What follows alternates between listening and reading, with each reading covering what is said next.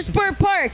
So now here is a man that's part of a family that has so much heritage, and it's super cool.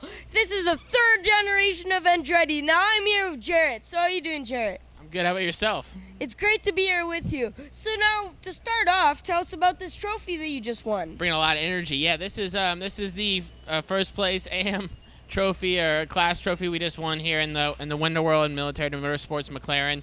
I'm just sitting here behind you. They're doing a little bit of work to a fender. Not sure exactly what happened, but and they're scaling the other car here, getting it ready for tomorrow.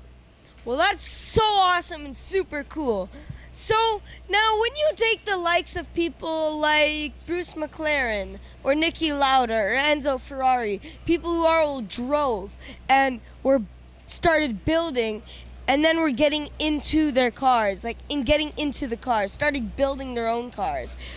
What do you think that you have that same passion? I built sprint cars and stuff like that I've raced on myself, and I take care of my own sprint cars. So I've built my own race cars before, and so that's always interesting. It's always fun, but I always like driving them more than I like building them. There's guys that are really good mechanics, and I'm not going to claim to be one, but those guys were obviously better car builders, and very good car builders, and in their own right. So that's probably not my DNA, but I'd rather just drive them for really good car builders like McLaren. Well, that's really cool. So now I want to tell you about something really cool. So now, have you ever seen the movie Rush? Is that the one with James Hunt? Yes. Yeah. James Hunt and Niki Lauda. Yeah. Now there's a scene in that movie to where Niki Lauda, when he's driving a regular car, and he's driving in someone else's car, and he's through the countryside, right? Yeah, and he starts talking about how bad it is and things that's wrong with it. And then she goes, "How do you know?" And he says, "'Cause I have a good ass." Yeah, I have a good ass. Right? Yep.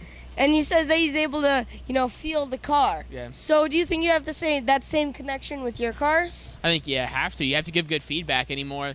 It's so critical to everything's so tight that just driving the car is not enough. You got to be into it. You got to be understanding the data. You got to be looking at the data and working with your engineer. So I've got a great relationship with Graham, my engineer, and Robin, the team manager. So we're just working through that. So I don't think back then those guys were way more probably in tune and involved in the building of their cars than maybe the Formula One drivers are today. So I think that's maybe something that's lost on the drivers today.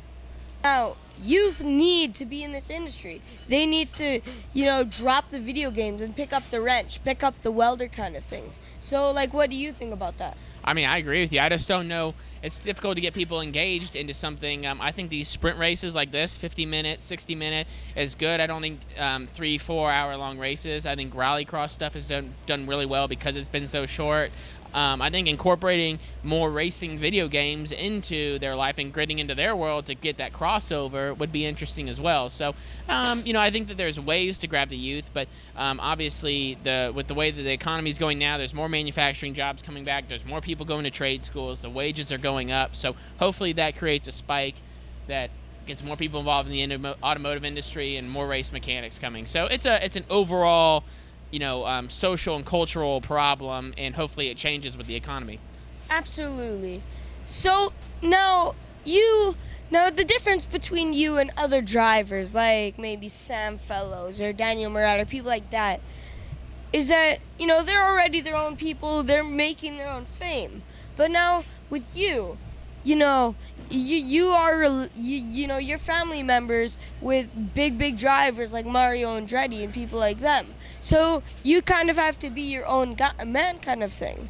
Yeah, you have to understand everything you do also affects other people in the family, so good, bad, or indifferent. So you have to always be cognizant that it's not just your name, it's other names of people that have built that before you and put years into that. So you just have something that's different than maybe somebody that's just starting out in racing, and it's a double-edged sword. It's really good. It opens up opportunities that maybe you otherwise wouldn't have, but also sometimes it has expectations on you even though you're younger or you don't have as much experience. So like I said, it's a double-edged sword, and you don't have a choice, so you have to live with it. So now, right here, obviously, you're very good at this. You're obviously doing very well for yourself. But now tell us about what you like about the McLaren. The McLaren has been really good to us. It's a car that we've been involved in here this year, and it's my first GT4 car that I've driven, the only GT4 car I've driven, and we've been running extremely well with it. We've been it's been extremely reliable for us, hasn't broke at any of the races, and it's been just fast right out the bat. So we're just obviously working with the series as always with the balance of performance, trying always lobbying better for some less weight and lower ride height and bigger engine, but you know, all in all, they've been great to us, and I look forward to working with them in the future. So now, Jarett, the kind of stuff that you are doing is so incredible, so inspirational. You know, you being on Andretti Autosport, so many look up to you, which is super cool. So thank you so much for this time. Yeah, appreciate it. It's so great. Thank you. And congratulations so much on your trophy that you have worked extremely hard for. Appreciate it. Thanks for having me.